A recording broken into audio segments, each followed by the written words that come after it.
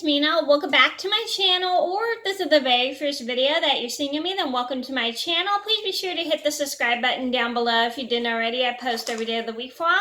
And today in this video, I'm going to talk about my top 11 tips for products I regret buying video. So this is just in case you want to do a products I regret buying video and you don't know how to do it. They're so easy. You just talk about products that you bought and why you regret buying them, and just like explain what the experience you had with the products are. So that's how you do them. But I also want to make so they're pretty easy, but I also am making this video just to be helpful, just in case you need to be aware of things, because sometimes when you're doing these videos, there are some people who get kind of offended by these videos and stuff. So I'm making this video to teach you guys how to be careful. And also sometimes there are some people here on YouTube who don't exactly explain why they regret buying the product next, which makes it super confusing for other people. So it's always good to explain your experience you had with this, with the products and everything. And this is going to be a top 11 because I ended up adding an extra. So hopefully this video is helpful for you guys. So I'm gonna get started. Sorry, something came up. Anyway, number one on my list would have to be let people know how this is your own opinion. Because if you just say people you hate the product and stuff because if you say people you hate the product, there are some people on YouTube that can kind of get offended. I've never had that happen to me when I've done a products I regret buying video. I haven't done one of those in forever, but I've noticed there are some people who can write kind of negative things in people's comments on their videos, and they'll say, oh, that product worked for me, I can't believe it didn't work for you, and some people get kind of offended by that. But honestly, it's good to let people know that this is your own opinion, because sometimes if you don't say that, people can think you're bashing the product and stuff. Just let people know how just because the product didn't work for you doesn't mean it won't work out for them. And that's a really good tip to actually follow, because there are, like I said, there are some people who easily get offended by these types of videos. Number two on my list would have to be explain why you regret buying the product. So it's good to explain why you regret buying the product, because it didn't work for your skin type, it didn't work for your hair type, or just the product was too sheer that you couldn't see it on your skin or your nails or whatever. So it's good to actually explain why you regret buying the product. If you just say you regret buying it because you never use it, that doesn't really explain anything. Just also explain why you never use the product, because honestly, it's not very helpful to other people when you don't exactly explain why you regret buying the product, because people get kind of like confused, or like, then why did you buy the product? Well, why do you not use your product? Blah, blah, blah, blah. Because if you just say you just never use it, it doesn't really help other people.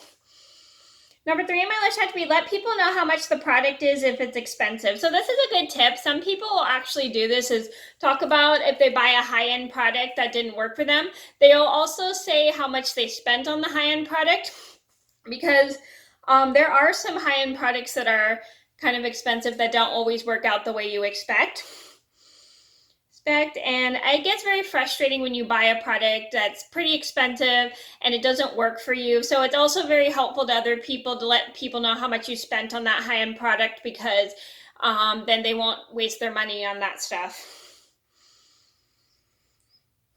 Number four on my list would have to be try not to have too many products. So this is a good tip, because these videos can come off kind of negative if you have too many products. Like if you have like 30 products you regret buying, it'll make the video long. And then some people will go, why do you just waste your money on all those products? And I know not a lot of people are like that, but sometimes there can be people that are like that. You like complain about people wasting their money on things that don't work for them and stuff. And it's really good to kind of like limit the products like up to 6 or 7. And most products I regret buying, there are people who will have like probably like 8 products or 10 products. I mean, 10 sounds like a lot to people, but actually I think the more is probably like 30 products. So it's good to limit to 10, from 8 to 10 products, because then your video won't get too long, or people won't think you waste your money on stuff that doesn't work for you at all. So that's just a good tip. Number 5 on my list, it had to be explain how you're not trying to bash companies just because just because one of their products, the company's products, didn't work for you. So that's a good tip, because sometimes if you just bash one product from a company, some people will actually think you're actually bashing the company. But even though you're not trying to, it's always good to let people know that you're not trying to bash any of the companies that make these products, and just let people know that you love love a lot of other products from the companies, and you love a lot of the brands that the products are from. It's just good to let people know that just one of these products or two of these products just didn't work for you at all. Oh, and that's very helpful, because some people get kind of irritated because some people will think you're just trying to bash a company just from the bad review of one product. But just let people know that just because one product from that company didn't work for you doesn't mean you're going to shame out the other company. Shame out the company. It's just like to let people know that you really love that company, just that one product didn't work. Number 6 on my list have to be if it's an eyeshadow, blush, lipstick, or any kind of makeup. Swatch it on your hand to show what you're talking about. So sometimes if you explain what happens with the product, not a lot of people really understand. So a good tip is to kind of like swatch it. Let's pretend I'm wearing an eyeshadow or something. Swatch it on your hand so people know exactly what you're talking about. And if it's like a product that is sheer, just swatch it on your hand anyway, so then people can see that it's very sheer and stuff. It just helps other people, so then they know what you're talking about, because sometimes if you just explain it, not everybody understands. And so it's good to kind of like swatch the product. So let's pretend I'm swatching an eyeshadow, and I pull up the color right here, but then when I swatch it on my hand, you can't even see it. And that's what happens with some products, is like some products you'll get so much on your brush, that when you try to put it on, it doesn't show up. So it's a good tip is just to swatch it, so then people know exactly what you're talking about, because sometimes if you just explain it, it gets kind of confusing. Number 8 on my list would have to be if you can show alternatives. So this is also a very helpful tip with the products I regret buying videos. There are some people on YouTube who will show alternative products that work for them to the products that didn't work for them. And there is one beauty guru on YouTube. I think her name was called My Beauty Perspective. She would always show products that she regretted buying, but she would also show alternatives of the products she regretted buying that really worked for her. And it's also a very good thing, because then a lot of people find that super helpful for you. I mean, some people will find that super helpful for them if you show alternatives, if you can, to the product that didn't work for you, and they might want to try out that product that worked for you.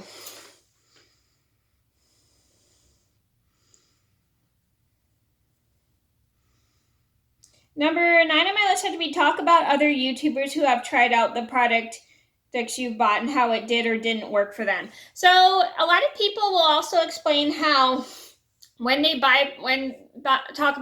people do products that regret buying videos, they talk about other YouTubers here on YouTube who have bought a lot of these products that they've tried that didn't work for them. And a lot of people will explain the other YouTubers' experience with the product they bought that worked for them, and then when they tried out the product like that was suggested by the YouTuber, it didn't work for them and stuff. And then other YouTubers would talk about, oh, this product worked for them and stuff, and I tried it out and it worked for me and stuff, and it's good. I mean, it's like it's good to explain how talk about other YouTubers who have tried certain products that looked really good on their skin and stuff, and everybody has different skin types and stuff, so it's always just good to like talk about other YouTubers who have tried the product and how the product worked for them, even if it didn't work for you or if it did work for you. And it's just very helpful.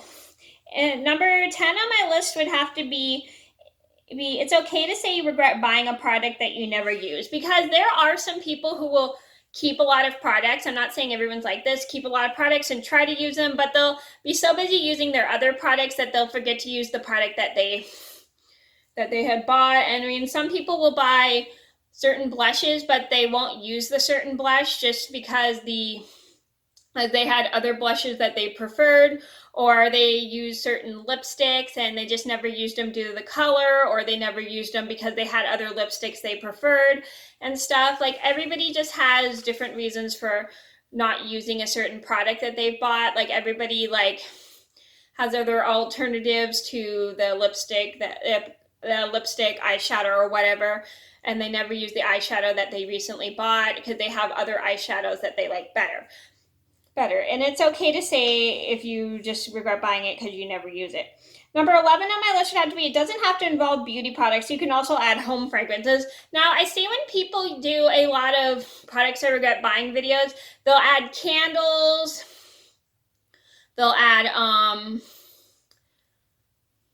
candles, they'll add air fresheners, they'll add dispensers for lotion, or just like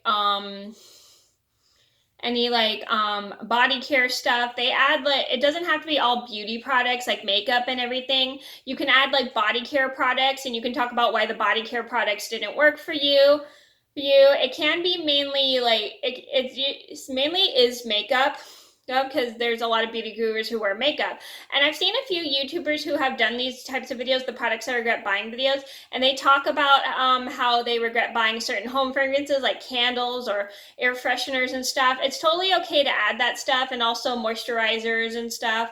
It's always good to add those because then people know what didn't work for you and stuff. So you can also add those besides just makeup and stuff. It doesn't have to be all makeup. Some people just do all makeup because they wear a lot of makeup.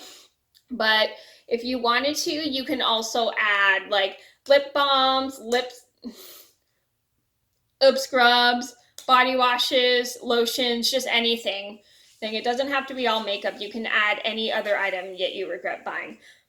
Okay, so those are my top 11 tips for products I regret buying videos. I hope you guys enjoyed the video. I'm sorry this was so long, but thank you guys so much for watching. Please be sure to like and subscribe if you haven't already. I post every day of the week for a while, and I'll see you in another video soon. Bye!